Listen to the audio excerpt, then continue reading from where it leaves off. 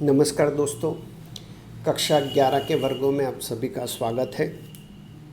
दोस्तों, आज हम नामा के मूल तत्व विषय के चैप्टर नंबर 1 हिसाबी पद्धति और उसके पारिभाषिक शब्द के बारे में पढ़ाई शुरू करने वाले हैं। दोस्तों, आपके लिए ये सब्जेक्ट नामा के मूल तत्व नया सब्जेक्ट है, इसलिए उसके बारे में प्रारंभिक जानकारी जो दी गई है वो हिसाबी पद्धति में दी गई है। और यहाँ दूसरा भाग है पारिभाषिक शब्द, माने ऐसे शब्द जो इस विषय में कई बार उपयोग में लिए जाते हैं और उसके कारण उन शब्दों का अर्थ समझना आवश्यक है। इसलिए पारिभाषिक शब्द के रूप में ये अलग विभाग यहाँ साथ में जोड़ा गया है। दोस्तों, ये पारिभाषिक शब्द आपके लिए बहुत आवश्यक है। दोस्तों, इस चैप्टर में हम प्रस्तावना, हिसाबी पद्धति किसे कहा जाएगा वो, माने हिसाबी पद्धति का अर्थ, हिसाबी पद्धति के लक्षण, उद्देश्य, हिसाबी पद्धति के लाभ और हानि, हिसाबी पद्धति के गुणात्मक लक्षण,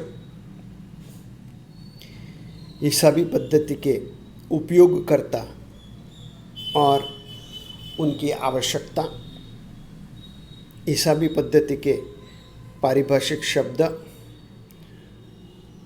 हिसाबी पद्धति के प्रकार और हिसाब तैयार करने के सोपान के बारे में पढ़ाई करने वाले हैं। सबसे पहले प्रस्तावना से शुरुआत करें तो ब्रह्मांड में मनुष्य अपना अलग और विशेष अस्तित्व रखता है। पूरे ब्रह्मांड में मनुष्य का अलग और विशेष अस्तित्व है, क्योंकि मनुष्य जो है वो बुद्धिशाली जीव है और मानव बुद्धिशाली जीव होने के कारण, प्राणी होने के कारण उसकी जीवन शैली जो है, जीवन शैली माने उसका जीवन जीने का जो तरीका है वो अलग प्रकार का है। और इस जीवन शैली के कारण सामाजिक, धार्मिक, आर्थिक आवश्यकताएं हैं और मानवीय की जो धार्मिक, सामाजिक और आर्थिक आवश्यकता है, इन आवश्यकताओं को पूर्ण करने के लिए उसको दूसरे मनुष्य की मदद लेनी होती है या मदद आवश्यक है। क्योंकि दोस्तों, कोई भी मनुष्य है वो अपनी सभी आवश्यकता खुद पूरी नहीं कर सकता है, इसलिए उसकी जो आवश्यकताओं में मर्यादा है वो मर्यादा के कारण उसे उसके लिए दूसरे व्यक्तियों का सहयोग लेना होगा। माने सबका अलग अस्तित्व और कौशल्य और मर्यादा है। व्यक्तिगत कौशल्य का समाज में विनिमय होता है और प्रत्येक व्यक्ति अपने कौशल्य का दूसरों को लाभ देगा, बदले में अपनी मर्यादाओं के कारण दूसरे की कौशल्य का लाभ लेगा। माने इस प्रकार अपनी आवश्यकता मनुष्य पूरी करता था। दोस्तों, माने अपनी आवश्यकता पूरी करने के लिए मनुष्य एक दूसरे पर निर्भर था और आज भी निर्भर है। लेकिन जब द्रव्य माने पैसा नहीं था, तब मनुष्य अपनी आवश्यकताएं बदला पद्धति या विनिमय पद्धति से पूरी करता था। इस पद्धति में उत्पाद के बदले में उत्पाद अथवा उत्पाद के बदले में सेवा दी जाती थी। जैसे कि किसान के पास अनाज है और उसे कपड़े की ज़रूरत है, तो और जिसके पास कपड़ा है उसे अनाज की ज़रूरत है। तो किसान क्या करेगा? जिसके पास कपड़ा है उसे अनाज देगा और बदला में कपड़ा प्राप्त कर लेगा। माने इस तरह से दोनों पक्षकार की ज़रूरत पूर्ण हो जाती थी। लेकिन ये जो बदला पद्धति है उसमें कई समस्याएं थी। जैसे कि ऊपर के उदाहरण में ही देखें तो किसान के पास अनाज है, उसे कपड़ा आवश्यक है, लेकिन जिसके पास कपड़ा है उसे अनाज नहीं आवश्यक है। तो ऐसी स्थिति में किसान को कपड़ा नहीं मिलेगा। तो इस मर्यादा में से अदला बदली के एक ऐसे माध्यम की आवश्यकता खड़ी हुई जो सबको स्वीकार्य हो, सबको स्वीकृत हो।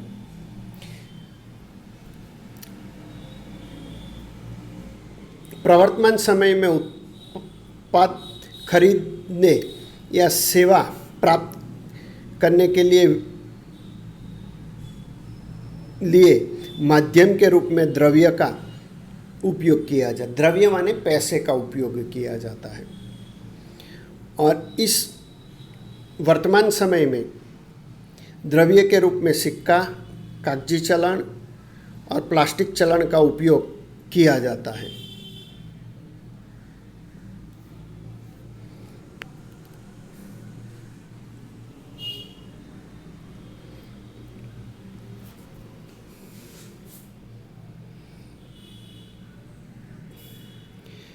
तो द्रव्य का उपयोग माने पैसे का उपयोग कर हम हमारी आवश्यक चीज़ या सेवा प्राप्त कर लेते हैं। उसी तरह हमारे पास जो चीज़ और सेवा है वो दूसरों को देंगे और बदले में द्रव्य प्राप्त कर लेंगे। इस तरह से लेन देन चलती रहेगी।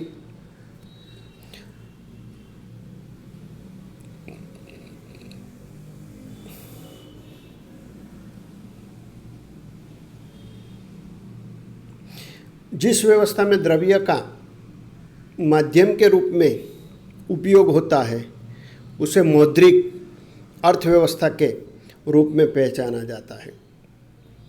इस व्यवस्था में उत्पाद बेचकर द्रव्य प्राप्त किया जाता है और प्राप्त द्रव्य से उत्पाद खरीदा जाता है। माने उत्पाद की खरीद बिक्री होगी और जिस खरीद बिक्री का माध्यम द्रव्य होगा।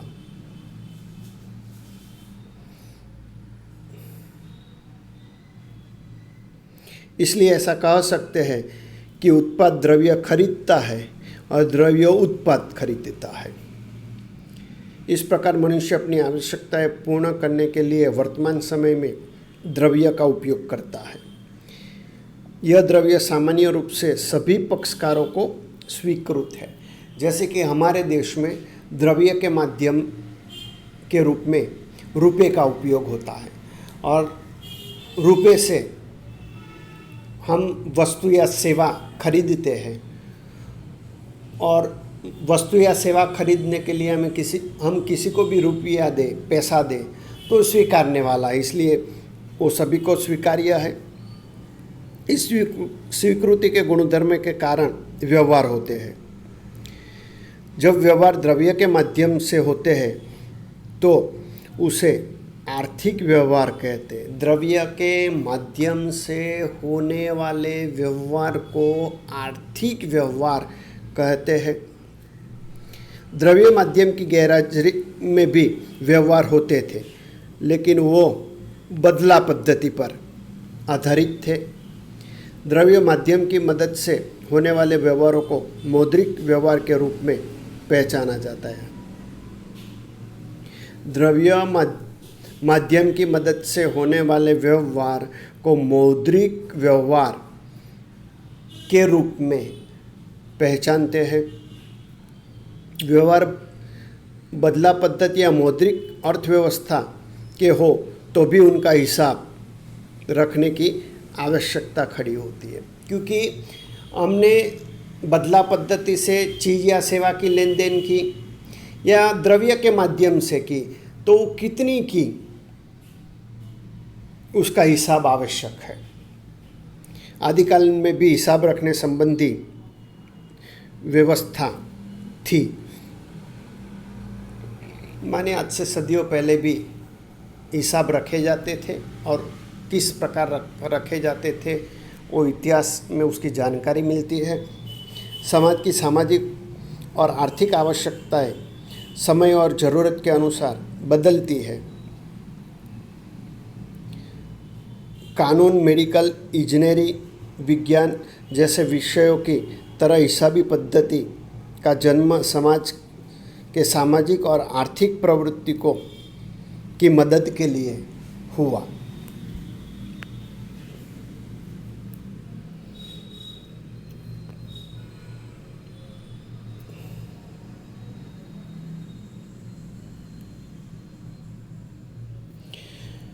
माने हिसाबी पद्धति मानवी की सहायक है। पुराने समय में हिसाबी पद्धति एक या दूसरे स्वरूप से अस्तित्व बनाए रखी। भारत की बात करें तो भारत के जो समर्थक हैं उनके हिसाब से भारत में चाणक्य के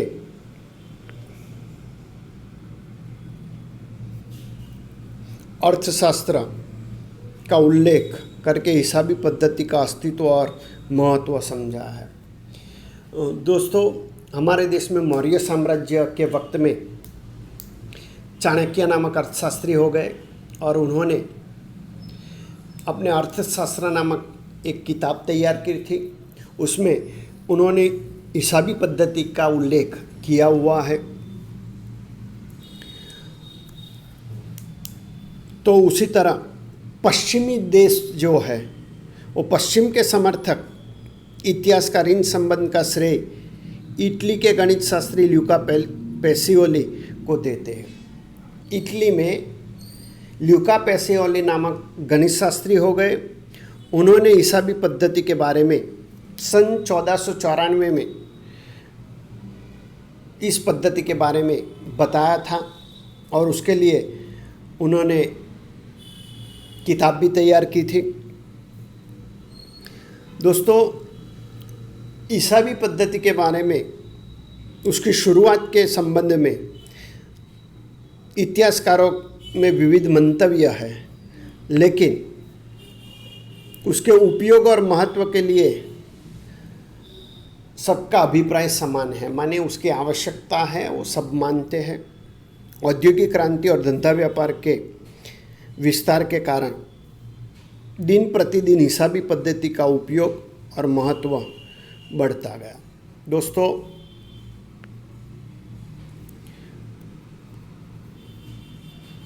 हिसाबी पद्धति का महत्व आज विशेष है, हम सब जानते हैं। लेकिन 17वीं शताब्दी में औद्योगिक क्रांति की शुरुआत के कारण विपुल मात्रा में उत्पादन की शुरुआत हुई, और विपुल मात्रा में उत्पादन के कारण व्यापार विस्तृत हुआ, और व्यापार विस्तृत होने के कारण लेन देन भी बढ़ी, और उसके कारण हिसाबी पद्धति का महत्व बढ़ता गया। दोस्तों, हिसाबी पद्धति की जानकारी से पहले हिसाब संबंधी प्रारंभिक जानकारी आवश्यक है, तो उसके बारे में देखें। सामान्य भाषा में हिसाब अर्थात आवक जावक या उपज खर्च का लेखा। हिसाबों में इस लेखा के अतिरिक्त आवक जावक का तथा उपज खर्च का अंतर ज्ञात किया जाता है। यह अंतर लाभ अर्थात नफ़ा के रूप में अथवा हानि या नुकसान के रूप में हो सकता है। दोस्तों, सामान्य व्यक्ति भी ये लाभ हानि या नफा लाभ के बारे में बता सकता है। आवक में से जावक घटाने पर अथवा उपज में से खर्च घटाने पर जो अंतर हो वो लाभ या नफा के रूप में जाना जाएगा।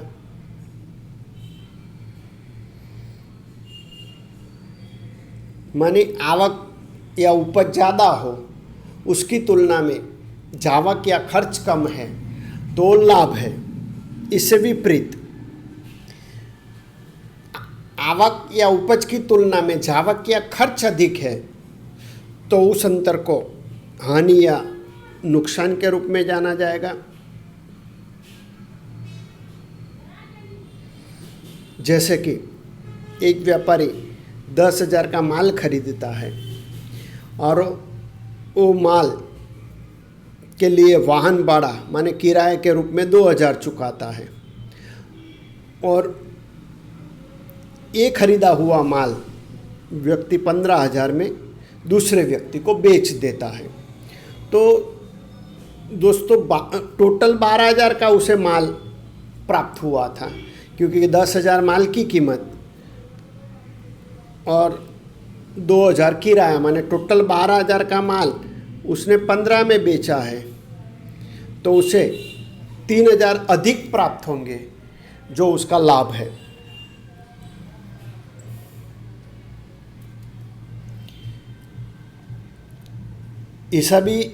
हिसाब रखने की पद्धति अथवा व्यवस्था को हिसाबी पद्धति के रूप में पहचाना जाता है।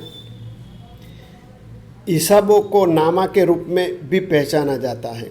हिसाबी पद्धति के पर्याय के रूप में नामा पद्धति का उपयोग किया जाता है। माने हिसाबी पद्धति के बदले नामा पद्धति या लेखाशास्त्र शब्द का उपयोग किया जाता है। माने ये दोनों पर्याय शब्द है।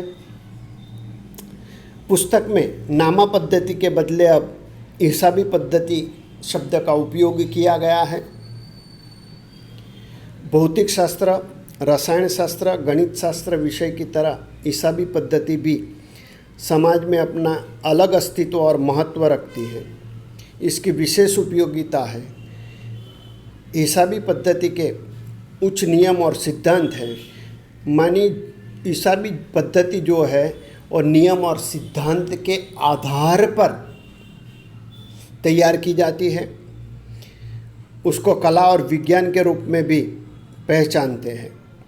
हिसाबी पद्धति के योग्य संचालन के लिए व्यावसायिक संस्थाएं राष्ट्रीय माने देश और अंतर्राष्ट्रीय स्तर माने विश्व कक्षा पर कार्य करती है।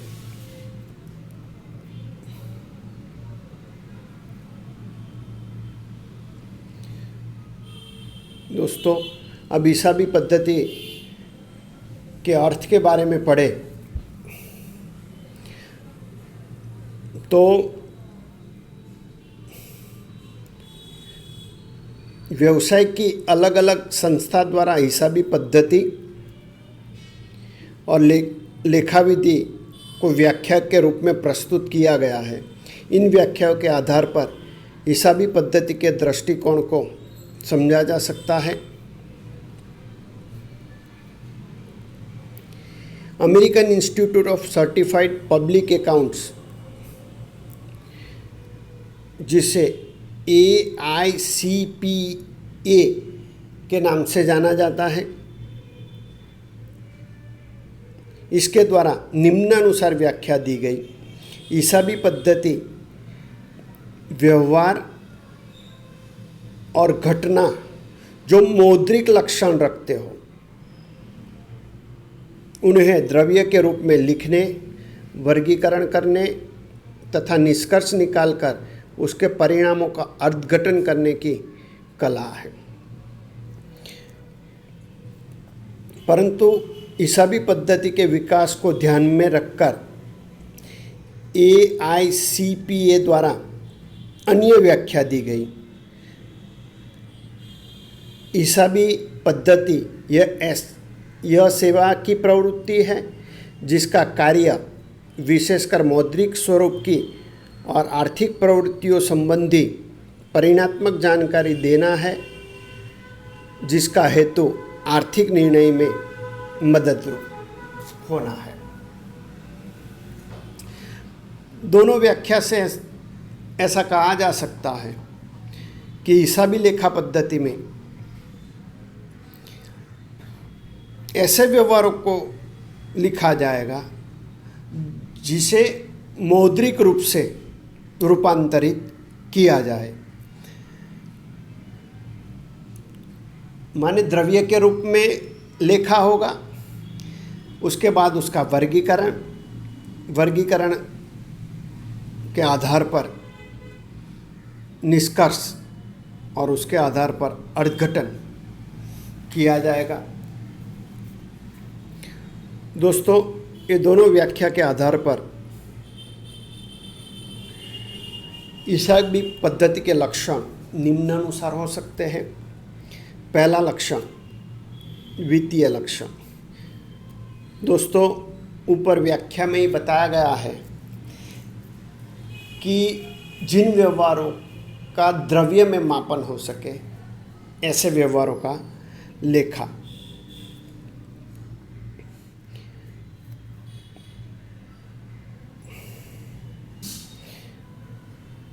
हिसाबी पद्धति में जिन व्यवहारों या घटनाओं का लेखा किया जाता है, उनका द्रव्य के मूल्य में मापन होना चाहिए। मानी जिन व्यवहारों का मापन द्रव्य में किया जा सके, ऐसे व्यवहारों को ही हिसाबी पद्धति में लिखा जाएगा। जैसे कि 10,000 किलोग्राम रसायन खरीदा। केवल ऐसा बताया गया कि 10,000 किलोग्राम रसायन खरीदा, तो उसकी कीमत नहीं है, तो हिसाबी लेखा नहीं होगा। लेकिन उसका मूल्य द्रव्य के स्वरूप में निश्चित होना चाहिए। अगर यह रसायन 20,000 में खरीदा गया है, तो ऐसा कहा जाएगा कि 10,000 किलोग्राम रसायन बराबर 20,000 रुपये। तो हिसाबी पद्धति में 20,000 से इसका लेखा किया जाएगा। मानी ये व्यवहार वित्तीय लक्षण रखता है। द्रव्य विनिमय के माध्यम के रूप में हिसाबी पद्धति में लिखे जाने वाले व्यवहार या घटना द्रव्य के माध्यम से अस्तित्व में आते हैं। जैसे कि 10,000 किलोग्राम रसायन जिसके द्वारा बेचा गया है, वह रसायन के बदले में द्रव्य माने पैसा प्राप्त कर रहा है। ऊपर बताया गया था कि 10,000 किलोग्राम रसायन की कीमत 20,000 है, तो रसायन बेचने वाले को 20,000 का द्रव्य प्राप्त हुआ होगा, और उसे जो 20,000 का द्रव्य प्राप्त हुआ, उसके बदले वह अन्य कोई भी वस्तु या सेवा खरीद सकता है। इस तरह से माने व्यवहार द्रव्य के माध्यम से चल रहे हैं।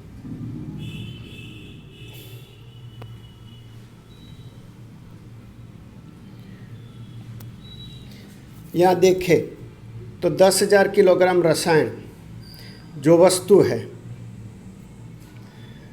उसके बदले में 20,000 द्रव्य प्राप्त किया, माने 20,000 रुपये प्राप्त किए। अब बेचने वाला जो है, उसने वस्तु बेची, उसके बदले में उसे द्रव्य प्राप्त हुआ, और इस द्रव्य से वो वस्तु या सेवा खरीदेगा। इस प्रकार सरल रूप से वस्तु के बदले में वस्तु या सेवा प्राप्त करने के बदले वस्तु का द्रव्य में और द्रव्य का वस्तु सेवा में विनिमय होता है।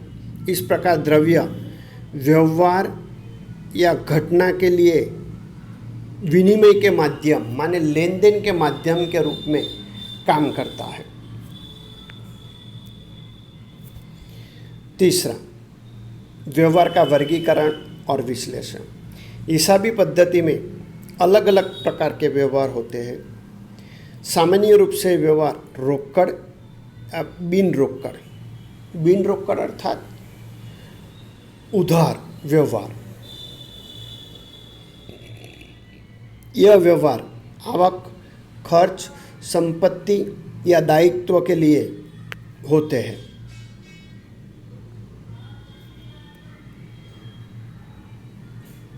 इन व्यवहारों को उनके प्रकार के आधार पर अर्थात हिसाबी पद्धति के उधार जमा के नियम अनुसार वर्गीकरण करके विश्लेषण के लक्षण के कारण उस बाबत के निर्धारित समय के सभी व्यवहारों को एक साथ एक ही स्थान पर देख सकते हैं। मानी समान प्रकार के व्यवहार एक ही साथ देखे जा सकते हैं और इसके कारण हमें उसका विश्लेषण करना आसान हो जाएगा। जैसे कि वर्ष के प्रारंभ में संपत्ति कितनी थी,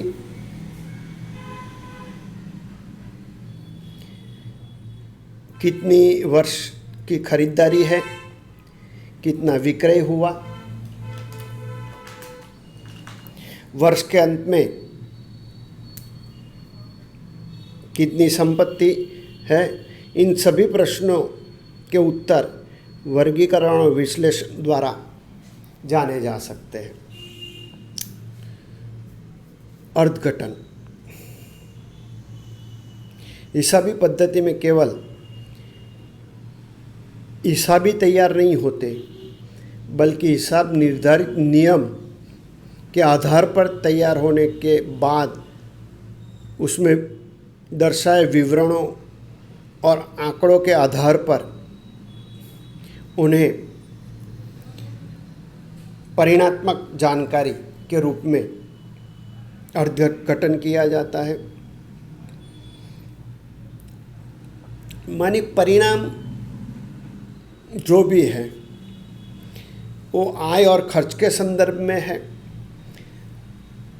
जैसे कि व्यक्ति की सेहत के संदर्भ में कहे तो किसी व्यक्ति का ब्लड प्रेशर 120/80 है तो ऐसा कहा जा सकता है कि वो व्यक्ति तंदुरुस्त है। मानी 120/80 यह रक्त का दाब है और तंदुरुस्ती का निष्कर्ष उसका अर्थघटन है, क्योंकि हमने उसके रक्त दाब के आधार पर उसकी तंदुरुस्ती का अर्थघटन किया है। हिसाबी पद्धति में तैयार हुए हिसाबों का अर्थघटन कर सकते हैं। जैसे कि उपज 20,000 हो और खर्च 12,000, तो सीधा ऐसा कहा जा सकता है कि जो अंतर है उपज और खर्च का वो 8,000 उपज की वृद्धि माने लाभ दर्शाता है।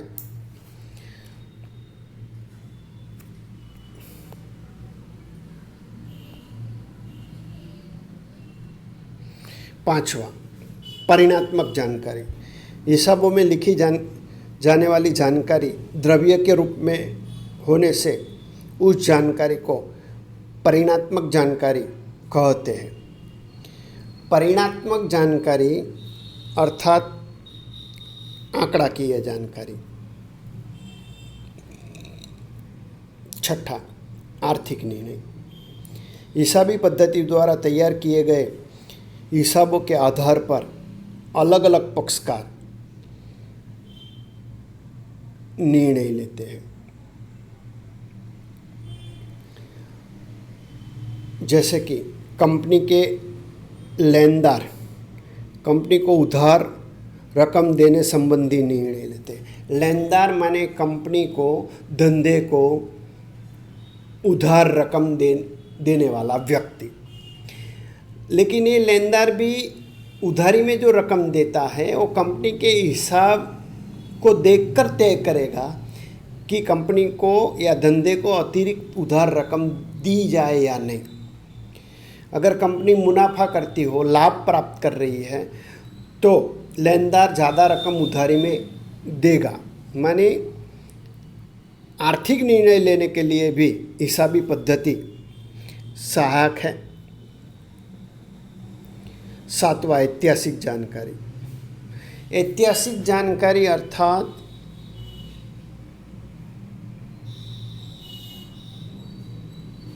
किए गए व्यवहारों का लेखा। हिसाबी पद्धति में किए गए व्यवहार एवं घटना का लेखा होता है। व्यवहार या घटना घटित होने से वह भूतकाल बनता है और भूतकाल हमेशा इतिहास दर्शाता है। माने हिसाबी लेखा जो भी है वो जो व्यवहार हो चुका है उसका लेखा है, इसलिए उसे ऐतिहासिक जानकारी कहा जाएगा। व्याख्या और उसके निष्कर्ष पर से निकाले लक्षण हिसाबी पद्धति की प्रक्रिया समझाते हैं। यह प्रक्रिया कहाँ से प्रारंभ होती है, कौन से सोपान से गुजरती है, प्रत्येक सोपान में से क्या प्राप्त होता है, प्रक्रिया के अंत में क्या प्राप्त होता है, इन सभी मुद्दों संबंधी जानकारी व्याख्या और लक्षण से प्रकट होती है। इस हिसाबी प्रक्रिया के सोपान को आकृति स्वरूप में निम्नानुसार प्रस्तुत किया जा सकता है। माने हिसाबी प्रक्रिया के सोपान में सबसे पहला उस लिखना, माने जो भी व्यवहार है, मौद्रिक व्यवहार, उसे लिखना। बाद में उसका वर्गीकरण के आधार पर विश्लेषण के बाद निष्कर्ष के बाद अर्धघटन और अर्धघटन के बाद रिपोर्ट। मानिए 6 सोपान है। दोस्तों, आज हमने जो भी बातें यहाँ सीखी उसका वीडियो आपको ध्यान से 2 बार देखना है।